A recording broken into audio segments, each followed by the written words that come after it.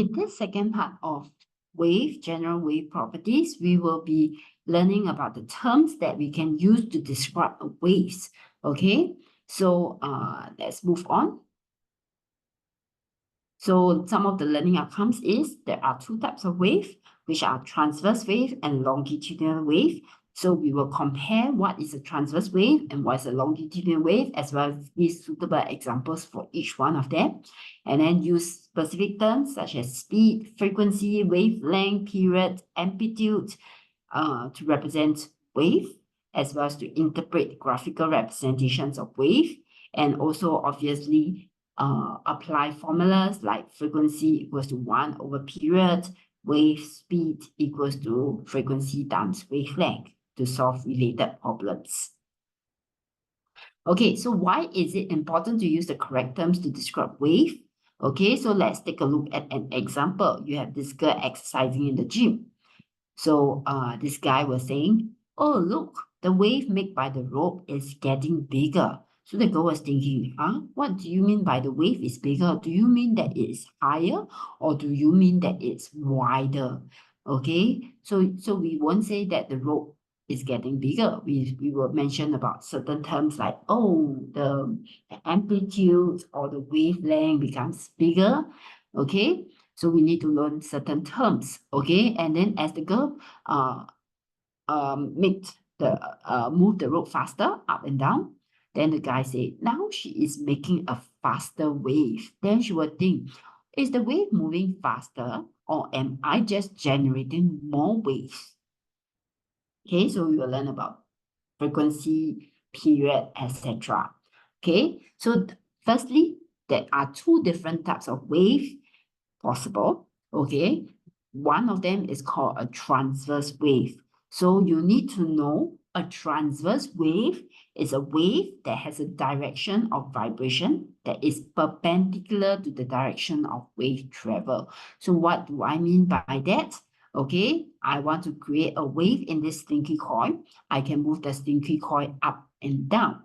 Okay, and my wave will start moving from the source of disturbance, my hand, away from it. So my wave direction is the blue arrow, but my vibration on my particles is up and down, the red arrow. So it's 90 degrees perpendicular to the wave. So you can see over this diagram over here, direction of wave travel is perpendicular to the direction of vibration of the particles.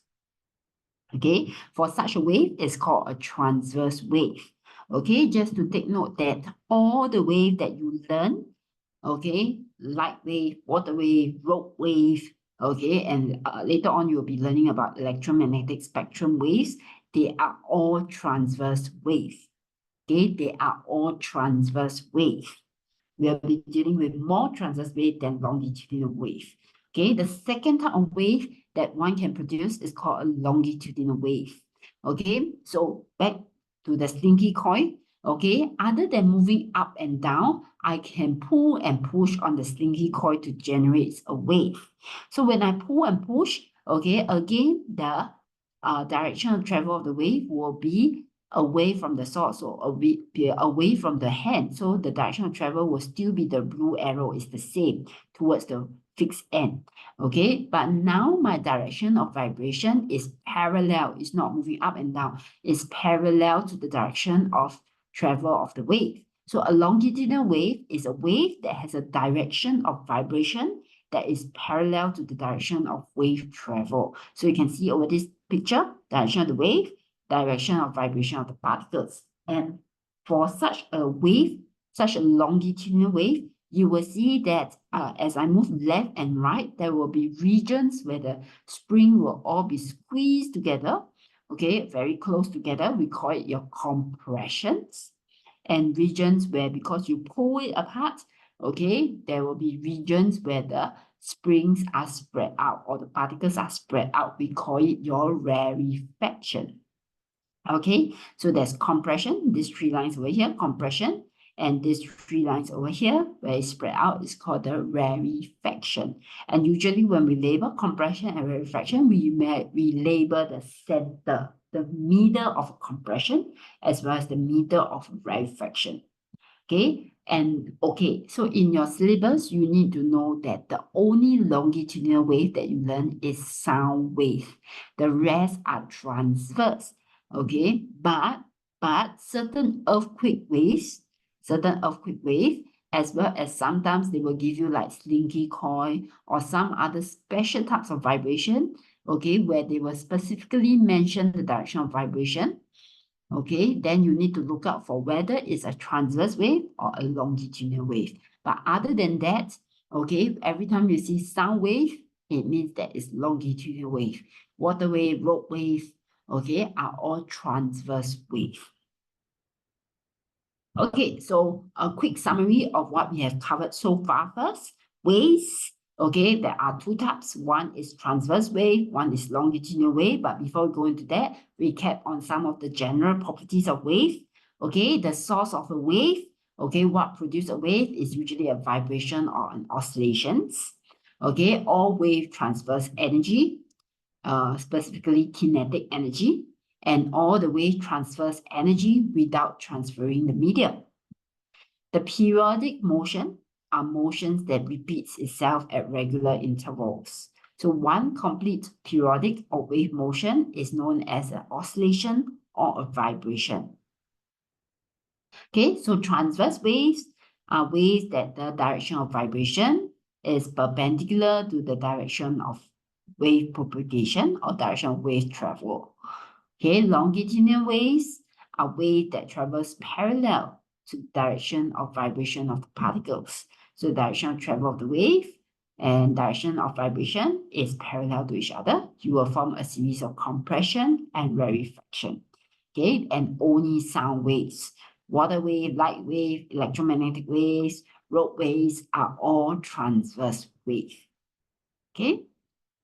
Okay, next we move on into something a little bit more difficult. We are going to move into understanding the terms that is used to describe a wave.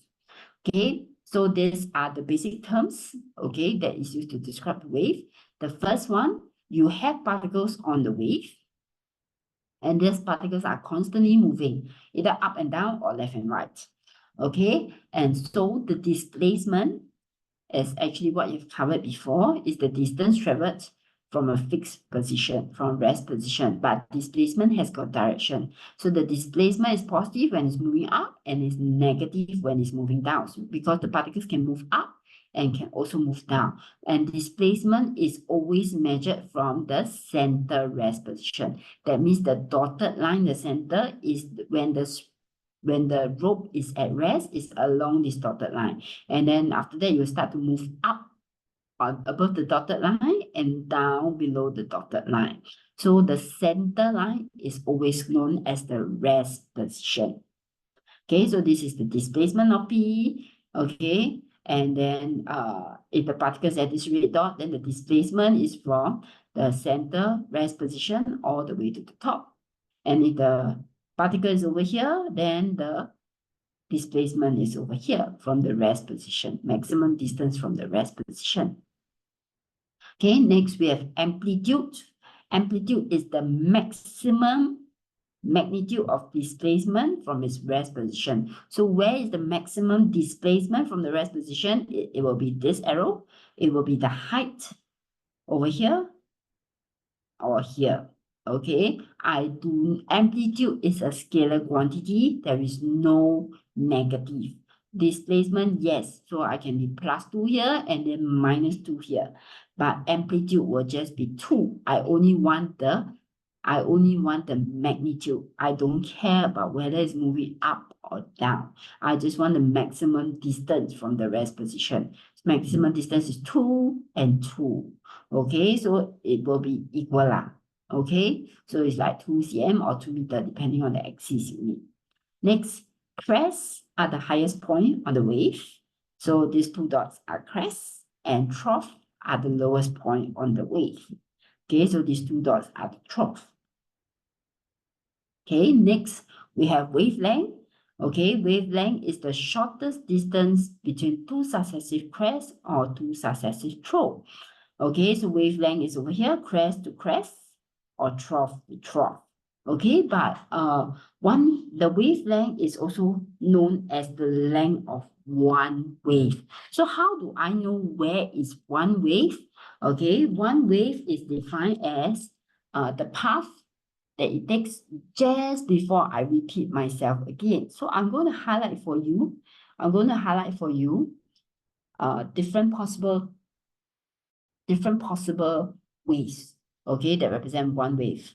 Okay, so if my particle start from here, let me do my highlighting.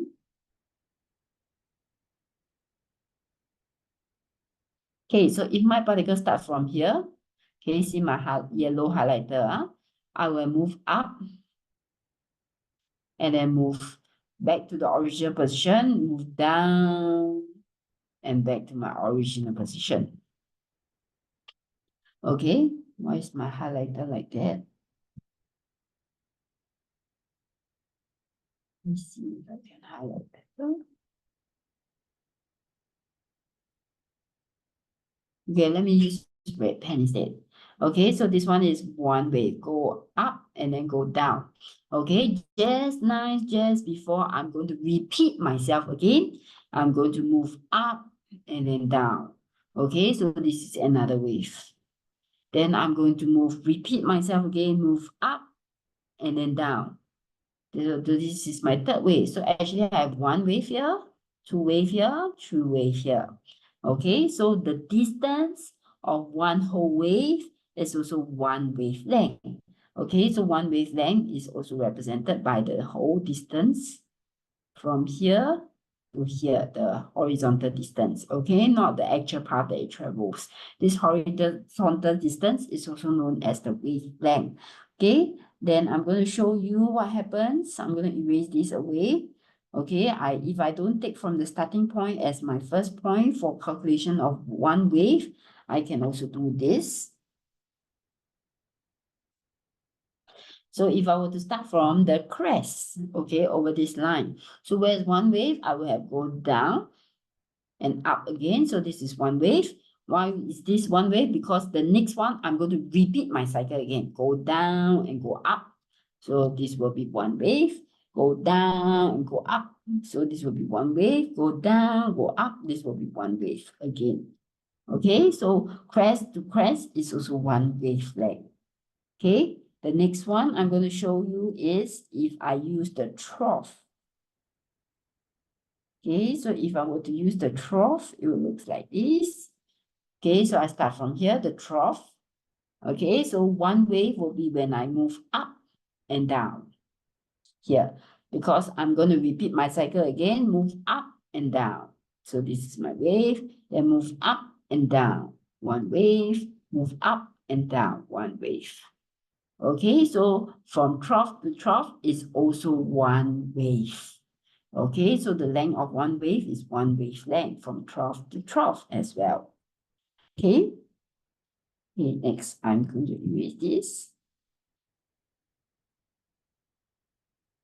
Okay, next important thing that you must know is what is in phase.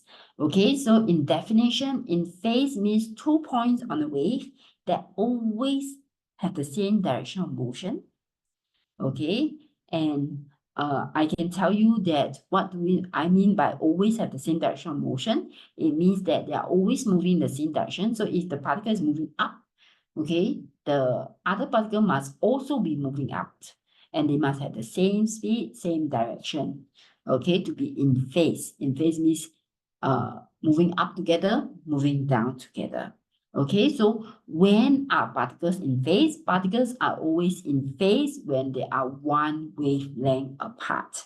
So what do I mean by that? Okay, so let's start from the first point. Okay, I have this red dot over here.